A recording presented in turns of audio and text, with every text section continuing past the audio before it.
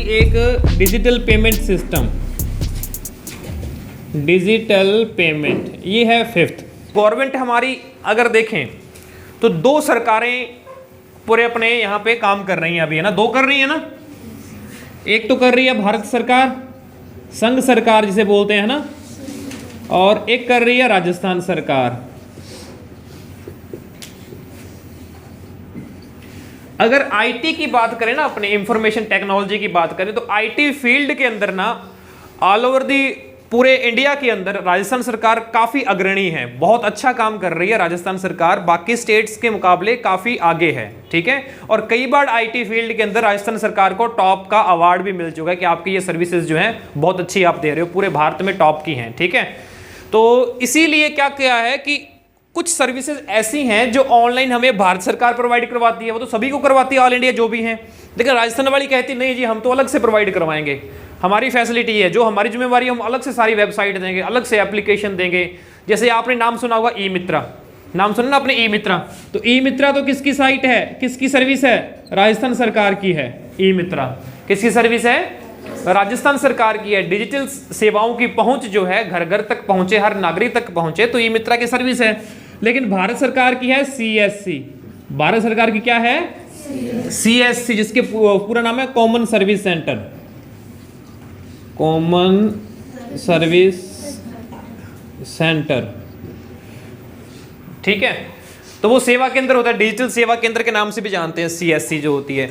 अब जिस राजस्थान के अलावा कई स्टेट्स तो ऐसे हैं जिनके अंदर सारा काम ही सीएससी से होता है, भारत सरकार के साइड सीएससी से ही होता है, लेकिन हमारे राजस्थान के अंदर बहुत ज़्यादा जो गवर्नमेंट से रिलेटेड काम है वो किस पे होते हैं, ई मित्रा पे होते हैं। जैसे आपने देखा होगा जाति प्रमाण पत्र बनवाते हो, आप अपना ना मूल निवास बनवाते हो, जन आधार बनवाते हो, भामाशाह कार्ड जैसे पहले था, तो ये सर्विसेज हैं। स्कॉलरशिप का आपकी पोर्टल है, तो ये सरकार जो होती हैं वो ई मित्रा से आपको अप्लाई करवानी पड़ती हैं, ठीक है। हर ऑनलाइन या हर कंप्यूटर रखने वाला बंदा जो काम करता है उसके पास ई मित्रा नहीं होती। मित्रा की सर्विसेज आती हैं, जाति प्रमाण पत्र, मूल निवास, बिजली बिल भुगतान करना, और ये चीज़ें आती हैं काफ़ी सारी, ये उसमें होती हैं। वो काम अपने नहीं करते हैं। अपने पास ये सीएससी सेंटर है, जैसे पासपोर्ट अप्लाई करवाना वो हम यहाँ से करते हैं, वो राजस्थान अपने वो भारत सरकार करती है ना, तो उनके काम जो अपने पास होते हैं। रेल की टिकट बुक करवाना, ये भी सेंट्रल गवर्नमेंट की सर्विस है, भारतीय रेल, तो उसकी टिकट हम बुक करते हैं।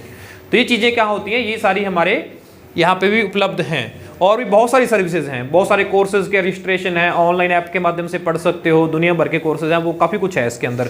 हेल्थ से रिलेटेड भी सर्विस है, और भी बहुत सारी चीज़ें हैं जो हमारी इनके ऊपर उपलब्ध होती हैं, ठीक है। चलिए, जैसे भारत सरकार की कौन कौन सी सर्विस है, एक तो होती है पासपोर्ट, ठीक है, क्या होती है, पासपोर्ट सेवा, पासपोर्ट सेवा। इसके बारे में क्या पूछा जाता है, क्वेश्चन क्या आता है पासपोर्ट के बारे में, क्वेश्चन आएगा एक तो कि पासपोर्ट जब आपको अप्लाई करना होता है तो किन किन डॉक्यूमेंट्स की जरूरत पड़ती है। आधार कार्ड की जरूरत पड़ती है एक तो, दूसरा हमारी एजुकेशन क्वालिफिकेशन जैसे 10th की मार्कशीट हो गया उससे भी, और तीसरा पैन कार्ड या कोई भी एड्रेस प्रूफ। यानी दो प्रूफ होते हैं हमारे पास, एक तो एड्रेस प्रूफ और एक होता है हमारा आइडेंटिटी प्रूफ। एड्रेस प्रूफ आधार कार्ड पे भी लग जाता है, और आइडेंटिटी प्रूफ हमारा पैन कार्ड भी होता है और आधार कार्ड भी होता है। बिजली का बिल का एड्रेस वो भी हमारा एड्रेस प्रूफ होता है। तो काफ़ी सारे डॉक्यूमेंट्स ये 2-4 होते हैं, इनमें से हमारा पासपोर्ट अप्लाई हो जाता है। दूसरा क्वेश्चन बनता है कि पासपोर्ट अप्लाई करने के लिए, जैसे अप्लाई तो हम कर देते हैं यहाँ से, ऑनलाइन फॉर्म हम भर देंगे, लेकिन इसके लिए क्या होता है, एक पासपोर्ट सेवा केंद्र जाना पड़ता है अपनी अपॉइंटमेंट के लिए। यानी कि आपके वहाँ पे फिंगरप्रिंट्स होते हैं, जो पासपोर्ट पे फोटो आएगी वो फोटो खींचेंगे आपकी, वहाँ पे आपके साइन वहाँ से करवाएंगे, और जो आपके डॉक्यूमेंट्स हैं उनको देखेंगे, जैसे आधार कार्ड को ओरिजिनल चेक करेंगे, मार्कशीट आपकी चेक करेंगे, ताकि आपकी डिटेल सही हो, आप एक जेन्युइन व्यक्ति हो, भारत के नागरिक हो। इसका उनको जब संतुष्टि हो जाती है तो फिर पासपोर्ट आपका 20-25 दिन के अंदर बन के घर पे आ जाता है, ठीक है। तो वो होता है पासपोर्ट सेवा केंद्र जाना। तो ये पूछ लेता है PSK, इसकी शॉर्टकट है पासपोर्ट सेवा केंद्र। यहाँ पे फॉर्म भरवाओ और अपने अपॉइंटमेंट लो, अपॉइंटमेंट के दिन उस दिन वहाँ पे जाके आप अपना फॉर्म अप्लाई करो, अपनी अपॉइंटमेंट दे आओ, और उसके बाद क्या करो, आप घर बैठ जाओ। और घर पे आपको हफ्ता 10 दिन के बाद कॉल आती है पुलिस स्टेशन से कि हाँ जी आप फलाने व्यक्ति बोल रहे हैं कि हाँ जी हम हैं, तो आपकी वेरिफिकेशन करवानी है, आपके सारे डॉक्यूमेंट जितने भी हैं सारे लेके आओ हमारे पास। तो पुलिस वाले आपकी वेरिफिकेशन करते हैं कि हाँ जी इस जगह पे रह रहा था, सरपंच के लेटर हेड पे भी साइन जाते हैं कि हाँ जी सरपंच कहता है मैं इसको जानता हूँ, तो ये यहीं का निवासी है, कई सालों से जन्म से मैं जान रहा हूँ। तो ये वेरिफिकेशन होने के बाद और पुलिस दूसरा क्या चेक करते हैं कि इसके नाम पे कोई क्रिमिनल रिकॉर्ड तो नहीं है, कोई केस इसका दर्ज हो, कभी इसको हमने उठा के लेके गए हों इसको। तो अगर ऐसा कोई अगर रिकॉर्ड फाइंड आउट हो जाता है कि बस आपको कोई केस चल रहा हो तो कहीं चलाओ, तब पासपोर्ट आपका गवर्नमेंट नहीं बना के देती है। ठीक है, तो ये होती है पुलिस वेरिफिकेशन। पुलिस वेरिफिकेशन के 10-20 दिन के बाद पासपोर्ट घर पे आ जाता है, बाय पोस्ट डाकी आपको लेके आता है। ये होता है पासपोर्ट सेवा केंद्र। किसकी पास भारत है? भारत सरकार की सर्विस है।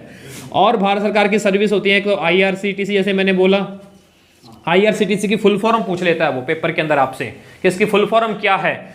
आई का मतलब इंडियन रेलवे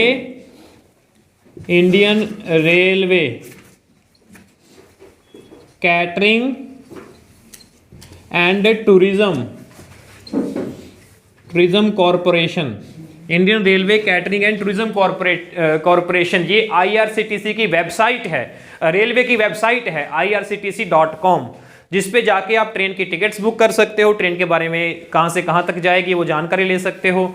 ठीक है, कौन कौन सी ट्रेन जाती हैं, किस किस प्लेटफॉर्म किस किस स्टेशन पे रुकती हैं, और क्या उसकी टिकट प्राइस है, और कहाँ पे वहाँ से आप अपनी बुक कर सकते हो। IRCTC बुक करने के लिए आपको इसकी पहले ID बनानी पड़ती है। आप रजिस्टर करोगे आप अपने मोबाइल नंबर से, आधार कार्ड से, तो Gmail ID से, तो ये ID बन जाएगी आपकी। फिर वहाँ पे जाके आप खुद टिकट बुक कर सकते हो। ठीक है, अब हमने कहा कि इस पासपोर्ट का फॉर्म भी भरना होता है, इसकी भी पेमेंट क्या होती है? ऑनलाइन पेमेंट होती है पासपोर्ट की। ठीक है, और टिकट काटने के लिए भी आप जब ऑनलाइन टिकट बनाते हो तो इसकी भी तो पेमेंट करनी पड़ेगी, फीस करना पड़ेगा, तो वो भी आप ऑनलाइन करते हो।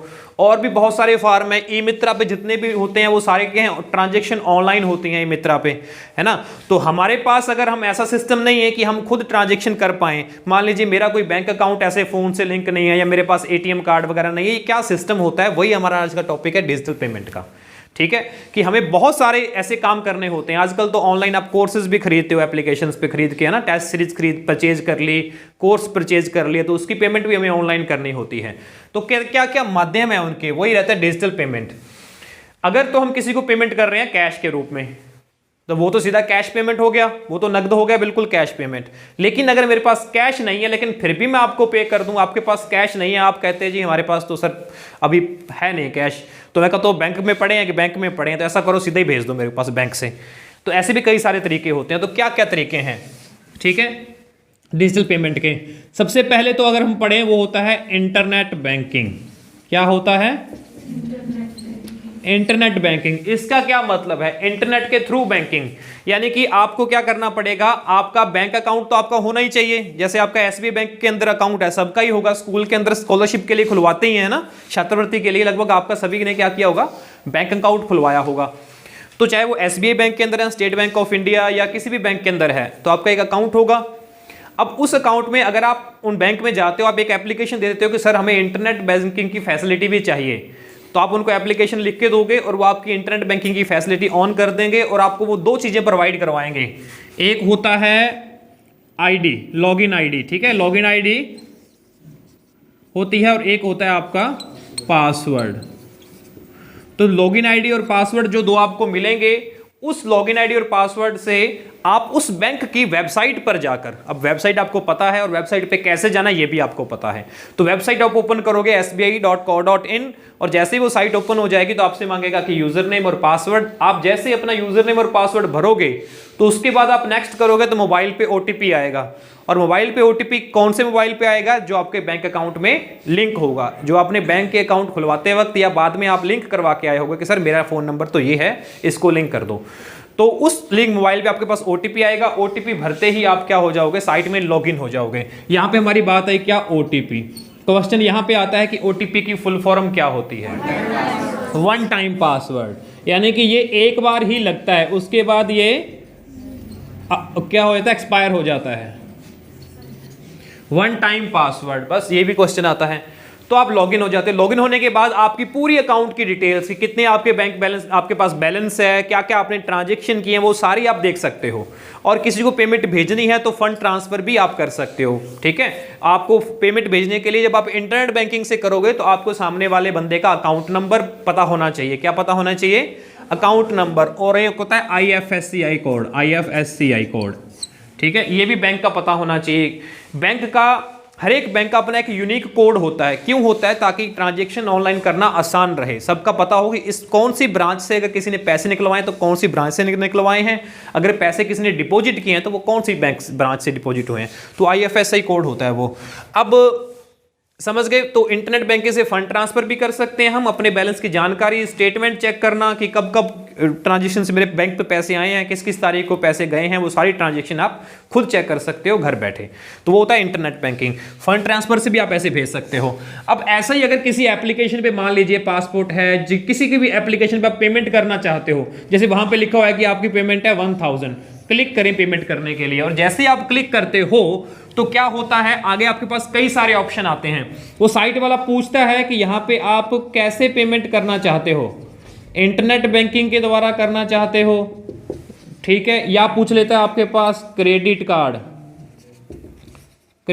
से पेमेंट करना चाहते हो, या पूछ लेता है आपके पास डेबिट कार्ड से पेमेंट करना चाहते हो, या वो कह देता है मोबाइल वॉलेट से पेमेंट करना चाहते हो, मोबाइल वैलेट, या वो कह देता है UPI से पेमेंट करना चाहते हो। तो ये कई सारे ऑप्शंस मिलते हैं हमें जब हमें ऑनलाइन पेमेंट करनी होती है या डिजिटल पेमेंट करनी होती है। ठीक है, तो ये सारे ऑप्शंस मिलते हैं। इसके बारे में हमने पढ़ लिया।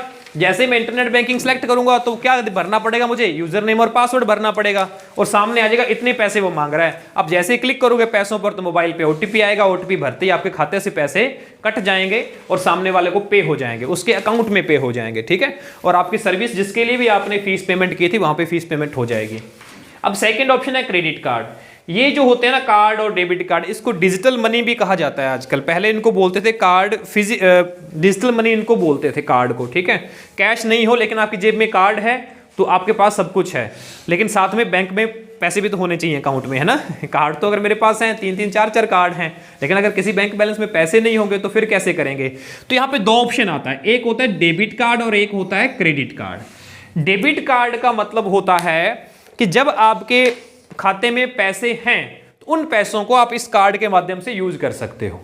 ठीक है, अगर मान लीजिए आपके बैंक अकाउंट में 50,000 रुपए हैं तो आप उन 50,000 को डेबिट कार्ड के माध्यम से यूज कर सकते हो, किसी को पे कर सकते हो, कोई शॉपिंग कर सकते हो।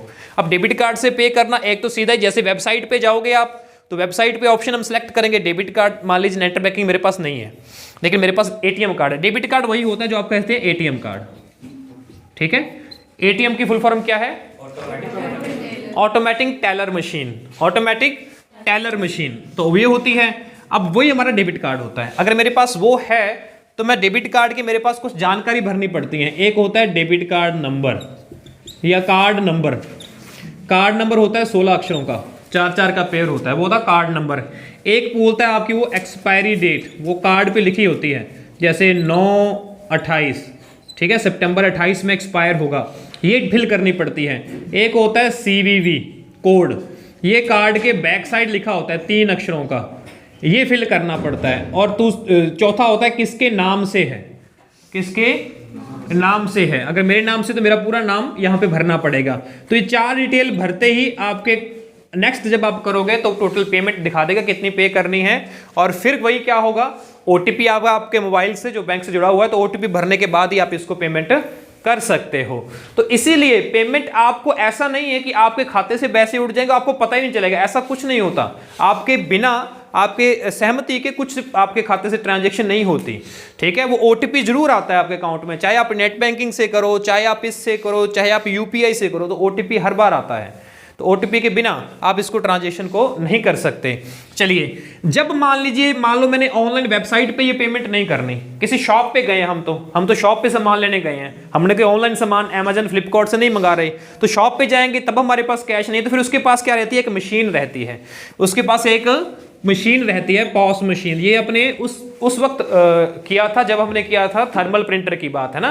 तो पॉस मशीन रहती है और पॉस मशीन में क्या होता है, हम उस कार्ड को साथ में स्वाइप करते हैं। किसी मशीन में तो कार्ड को स्वाइप करना होता है और किसी में ऐसे लगा के रखते हैं नीचे। तब आपको क्या करना पड़ता है, आपका एक डेबिट कार्ड पिन एंटर करना पड़ता है। ये पिन जब आपको डेबिट कार्ड मिलता है, बैंक इशू करता है, तब आपको नया पिन बनाना होता है 4 अक्षरों का।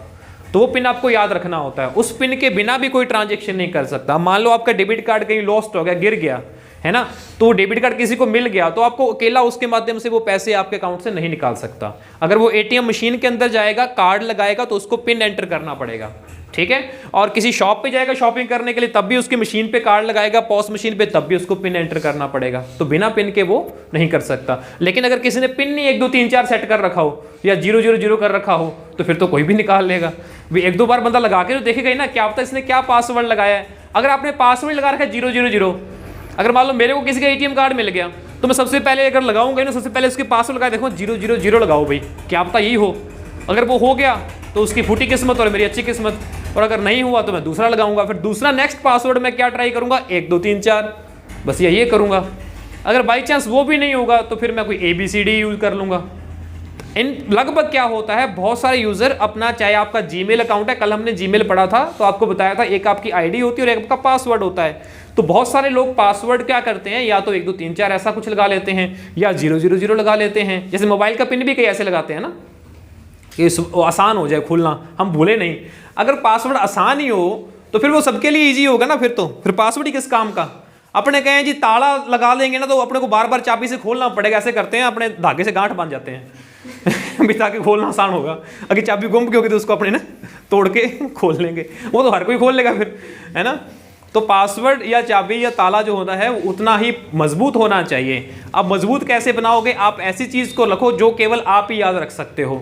या सबसे बढ़िया पासवर्ड बनाने का ऑप्शन होता है पासवर्ड। हालांकि जो पिन होता है ना, ये तो न्यूमेरिक ही बनता है भाई, इसमें तो ऐसी कोई दिक्कत नहीं। क्या बनता है, न्यूमेरिक ही बनता है, नंबर ही दे सकते हो आप। कोई भी 4 नंबर ले सकते हो इसमें से। हो सकता है आपके रिलेशन में किसी के फोन नंबर के 4 नंबर उठा लो बीच में आप, जो आप भूलो नहीं।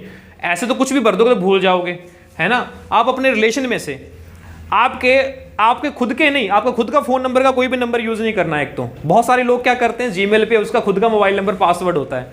अब आपका मोबाइल नंबर तो हमें भी पता है, आपके एडमिशन के टाइम मैंने सबका मोबाइल नंबर लिया था। और जीमेल आप मुझे बताओगे, मैंने कहा आपको मेल करने है, नोट्स मेल करने है, आपका मेल आईडी बताओ। आप कहेंगे सर नोट्स ठीक है फ्री में, मैं हाँ जी फ्री में। आप मुझे मेल आईडी दे दोगे और आपका मोबाइल नंबर मैं पासवर्ड लगा के देखूंगा, पासवर्ड लग जाएगा, वो बहुतों के लग जाएगा, ठीक है।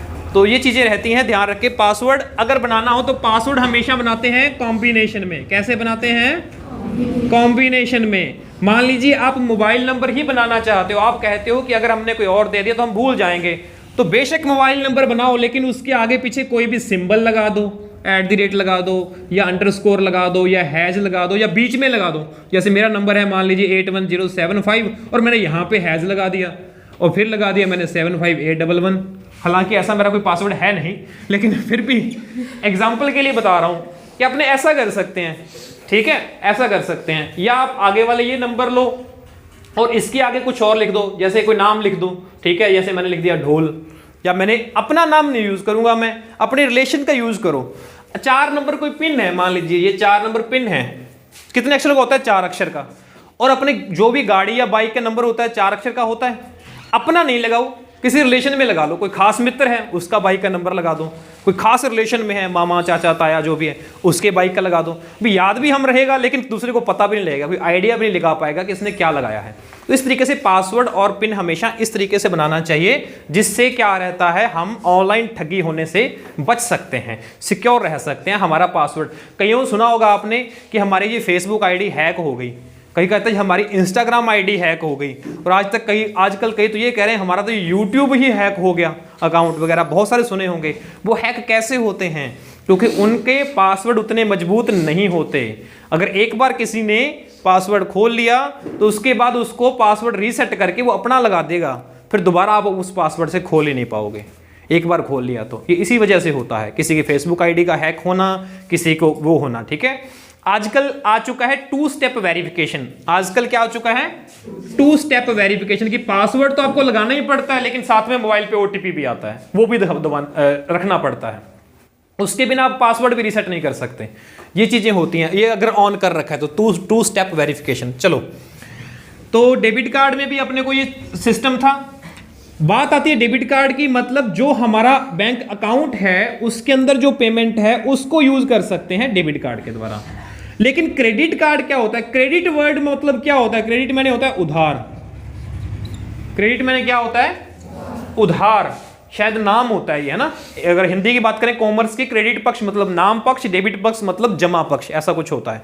बही खाता वगैरह में शायद आपने कहीं एक टॉपिक होगा आपकी SST की बुक के अंदर 10वीं के लास्ट वाले कई 5-4 टॉपिकों में, एक बही खाता, रोकड़ बही है बही, उसमें कोई ऐसा शायद अपने पढ़ा होगा, नाम और जमा, डेबिट और क्रेडिट, है ना। चलो, लेकिन क्रेडिट में क्या है कि आपको कुछ बैंक ऐसे होते हैं जो आपकी साख के आधार पर कि आपकी क्या वैल्यू है समाज के अंदर या पैसे के लेन देन के बारे में, ठीक है। मान लो मेरे अकाउंट में क्या है कि पैसे आते भी रहते हैं, बैंक वालों को पता है कि आए मैंने कुछ ना कुछ ही जमा करवाता है जो बच्चों की फीस आती है, ठीक है, और जब यूज होता है ये निकलवा भी देता है, ऑनलाइन पेमेंट करता है, ये बच्चों को एडमिशन कंफर्म करता है तो उसकी ऑनलाइन ट्रांजेक्शन भी करता है, हमारे बैंक खाते से करता है। तो जब बैंक के साथ हमारा लेन देन या व्यवहार अच्छा रहता है, उसको लगता है कि ठीक है अभी इसके लगभग रूटीन के अंदर आए महीने कुछ पैसे जमा भी होते हैं, कुछ ये निकालता भी रहता है, तो उसके आधार पर बैंक क्या करता है, आपको एक क्रेडिट कार्ड दे देता है। क्रेडिट कार्ड में क्या होता है, अगर आपके मान लो किसी टाइम बैंक में पैसे नहीं भी हैं तो भी इसकी एक लिमिट रहती है। मान लो 50,000 वो कह रहे हैं कि आप यूज कर सकते हो, तो आप क्रेडिट कार्ड को पहले बैंक से उधार 50,000 की आप शॉपिंग वगैरह कर सकते हो क्रेडिट कार्ड से। आपके बैंक में नहीं है लेकिन आपको पता है, मान लो कि अब मेरे पास अब कोई अमाउंट ना हो लेकिन मेरे पास क्रेडिट कार्ड है तो मैं पेमेंट अपने क्रेडिट कार्ड से कर दूंगा, क्योंकि मेरे को लगेगा कि हाँ जी बच्चों का भी एग्जाम भी है, वो एडमिट कार्ड लेने आएंगे, जिन बच्चों की रहेगी फीस तब तो फीस दे के जाएंगे। मान लो अभी तक कईयों की नहीं भी आई, मान लो, तो मेरे को टारगेट तो लगभग रहेगा ना, इतने बच्चे हैं इतनी फीस लेनी है तो इतनी तो आ जाएगी अपने। तो अभी क्या करता हूँ, एक बार मैं क्रेडिट कार्ड से यूज कर लेता हूँ, तो बैंक ने मेरे को उधार दे दिया, अब इसका टाइम मिलता है, ठीक है। 1 तारीख से अगर बात करें तो लगभग 50 दिन का टाइम मिलता है, और अगर बिल जमा होने पर जितना हमने शॉप करते हैं तो महीने के लास्ट में क्या है, ये बैंक बिल बना देता है कि भाई आपने इतना, अगर 30,000 की शॉपिंग की है तो ये आपका बिल है, आप इतना, इसकी एक तारीख दे देता है 10 दिन बाद की, 10 दिन तक आप इसकी पेमेंट आप हमें बैंक में वापस जमा करवा दो। ये होता है क्रेडिट कार्ड। तो मेरे को पता है कि हाँ जी फलाने की जब फीस आ जाएगी तब मैं लेके इनको वहाँ पे जमा करवा दूंगा, तो हमारा तो काम सल्ट जाएगा। जब मेरे को जरूरत थी तब मेरे को क्रेडिट कार्ड ने काम मेरा चला दिया। तो क्रेडिट कार्ड ये होता है उधार। बैंक आपको क्या करता है, लिमिट, एक सेट लिमिट दे देता है कि इतने की शॉपिंग आप ऑनलाइन कर सकते हो, इसको यूज कर सकते हो, और आपको एक निश्चित, उसके बाद बिल बनता है, बाद में आपको बिल भरना होता है ना। जैसे पहले मोबाइल आते थे ना, पहले फोन आते दूसरे, फोन का भी बिल आता था, जितने आप हर महीने बात करते हो उसके बाद घर पे बिल आता था, फिर बिल भरते थे। लेकिन अब हम क्या करते हैं, प्रीपेड, पहले रिचार्ज होगा, पहले पैसे दो फिर आता है। डेबिट में पहले पैसे होने चाहिए, क्रेडिट में बाद में भरने पड़ते हैं, क्रेडिट में ये होता है। फिर मोबाइल वॉलेट क्या होते हैं, इनका भी कुछ पूछा गया आपसे। अच्छा, इनको भी ये जो कार्ड है ना, क्रेडिट कार्ड या डेबिट कार्ड, प्लास्टिक मनी बोलते हैं, ऐसे प्लास्टिक का कार्ड होता है ना, अब मेरे को सही नाम याद आया उसका, प्लास्टिक मनी। ये भी क्या होती है, देते तो हमें बैंक हैं, इश्यू तो हम बैंक करते हैं, लेकिन ये कार्ड बैंक खुद नहीं बनाते, ये कार्ड बैंक खुद नहीं बनाते, ठीक है। ऐसी सर्विस है एक बीच में, जैसे आपने वीजा नाम सुना होगा, वीजा होती है, मास्टर कार्ड होती है, रुपे है ना, रुपे है वो। ये क्या होते हैं, ये अलग अलग कंपनी कोई सर्विसेज हैं, ठीक है, जो कार्ड बनाती हैं वो अलग अलग बैंक को सेल कर देती हैं कि लो भी आप अपने कस्टमर को ये वीजा कार्ड दे दो, आप इसके कस्टमर को मास्टर कार्ड दे दो, आप कस्टमर को रुपे कार्ड दे दो। इसमें से इंपॉर्टेंट है हमारे लिए रुपे। रुपे कार्ड बनाया है अपनी इंडियन गवर्नमेंट के अंदर, इंडियन गवर्नमेंट ने, लेकिन ये मास्टर कार्ड और वीजा कार्ड थे ये विदेशी कंपनियां हैं। ये कौन है, विदेशी कंपनियां हैं। तो विदेशी कंपनियां क्या करती हैं, जब कोई कार्ड से पेमेंट करेगा ना, मान लो बैंक खाते के अंदर हमारे पास, हमने शॉपिंग करनी 10,000 की, तो जब 10,000 हमने बैंक खाते से निकाले ना, तो ये कार्ड वाले अपनी ट्रांजैक्शन फीस ले लेते हैं ऑनलाइन टाइम, कहीं कुछ 1-2% क्या है ट्रांजैक्शन फीस लेते हैं। जैसे फीस भरनी है आपके ऑनलाइन फार्म की, अगर मान लो 500 रुपये फीस है ना, तो जब हम यहाँ पे ट्रांजैक्शन करते हैं तो हमसे 520, 516, 530 ऐसे पैसे काटते हैं वो बैंक अकाउंट से। तो कुछ ट्रांजेक्शन चार्ज लेते हैं ये वाले, क्योंकि ये बाहरली विदेशी कंपनियां थी तो अपना चार्जेस, मेंटेनेंस चार्ज वगैरह लेती हैं। और हम इन कंपनी का यूज क्यों करते हैं, क्योंकि ऐसा थोड़ी ना होता है कि अगर मेरे पास एसबीआई का अकाउंट है तो सभी के पास एसबीआई को होगा, नहीं होगा, है ना। अब एसबीआई तो हमारा भारत में चलता है, अगर मैं यूएस में जाके पेमेंट करनी होगी तो यूएस में तो कोई और बैंक चलते होंगे, तो इसीलिए ये इंटरनेशनल कंपनी का कार्ड्स रखते हैं ताकि आपको इंटर बैंकिंग ट्रांजेक्शन करने भी आसान हो, ठीक है। एक बैंक से दूसरे बैंक को, अगर आपका अकाउंट कुछ और है, दूसरे का अकाउंट कुछ और है, तो भी पेमेंट होके उस अकाउंट में चली जाएगी। तो इसीलिए ये इन चीजों का यूज करते हैं। आजकल आया रुपे कार्ड, इंडियन, ये NPCI, national payment corporation of India, किसने बनाया है, NPCI, national payment corporation of India. ये बहुत याद रखना भाई, ये क्वेश्चन आ सकता है एनपीसीआई कि किसने बनाया, रुपए बनाया है। ठीक है, ये क्या होता है, एक प्लास्टिक मनी है, डेबिट कार्ड का एक कंपनी है जो इसको डेबिट कार्ड इशू करती है, अलग अलग बैंक को देती है। ये आपने सुना होगा 2015 में बनाए थे ना, जन धन खाता खोला था, घर घर बैंक ने बकायदा चाय समोसे भी पिलाए थे, आप खाता खुलाओ जी, फ्री में खोल रहे हैं, हम फ्री में खोल रहे हैं। तो उसके साथ भी अगर एटीएम कार्ड अगर दिया होगा तो वो रुपए का कार्ड दिया होगा। इसमें कुछ ट्रांजेक्शन नहीं रखता, इस बैंक अकाउंट में कुछ पैसे रखने भी जरूरी नहीं है, ये मिनिमम चार्जेस, और ना ही रुपए कार्ड का कोई ईयरली फीस होती है। बाकी कार्ड्स होते हैं ये अलग अलग आते हैं, बड़े से बड़े कार्ड भी आते हैं लिमिट के, है ना, आपको कुछ ऑफर्स भी होते हैं उस कार्ड्स पे, तो इसकी आपको मंथ ईयरली पे करना पड़ता है, कुछ ना कुछ ईयरली अमाउंट आपकी लगती है। लेकिन रुपए कार्ड में ऐसा नहीं होता, तो भारत सरकार के बनाया हुआ national payment corporation of India ने। ठीक है, अब ये हो गया डेबिट कार्ड क्रेडिट कार्ड से पेमेंट तो हो गई। मोबाइल वैलेट्स, वैलेट में क्या होता है, हमारा पर्स जिसके अंदर हम पैसे रखते हैं वो होता है वैलेट। अब मोबाइल के अंदर अगर आप पैसे पेमेंट मोबाइल से कर पाते हो, आपके पास एटीएम कार्ड भी नहीं है, डेबिट कार्ड भी नहीं है, नेट बैंकिंग नहीं है, लेकिन फिर भी आप मोबाइल से भेज सकते हो, तो वो होते हैं मोबाइल वैलेट। एसबीआई बैंक की एप्लीकेशन आई है योनो, और एक होती थी पहले थी, इसकी बुक के अंदर आपकी ये दे रखी है एसबीआई बडी।